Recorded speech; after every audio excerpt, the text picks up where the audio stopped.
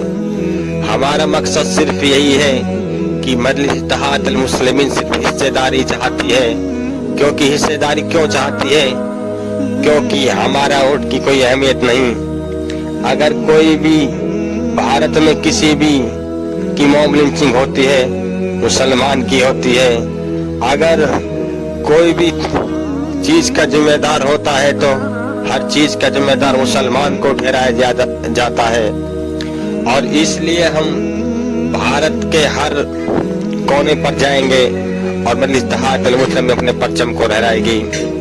اور صرف بات کرتے ہیں میوات کی، آپ جانتے ہو دیش کو 70-75 سال آزاد ہو گئے، لیکن میوات میں کیوں وکاس نہیں ہے، کیوں یونیورسٹی نہیں ہے؟ آپ جانتے ہوں گے تمہارے ووٹ کی قیمت نہیں ہے، کہ تمہاری اہمیت نہیں ہے، کہ مسلمانوں میوات میں بسنے والے مسلمان، آدیواسی، دلت، ہندو بھائی، ان کی اہمیت نہیں ہے، کیوں پچھڑا پن ہے؟ آپ جانتے ہوں گے نوح سے لے کر البرٹ تک روڈ جا رہا ہے کہ وہاں پر ہر روز ایکسیڈنٹس ہوتے ہیں، کسی کا بھائی چلا گیا، کسی کی ماں چلی گئی، کسی کا شوہر چلا گیا، کوئی اپنے باپ سے محروم ہو گیا۔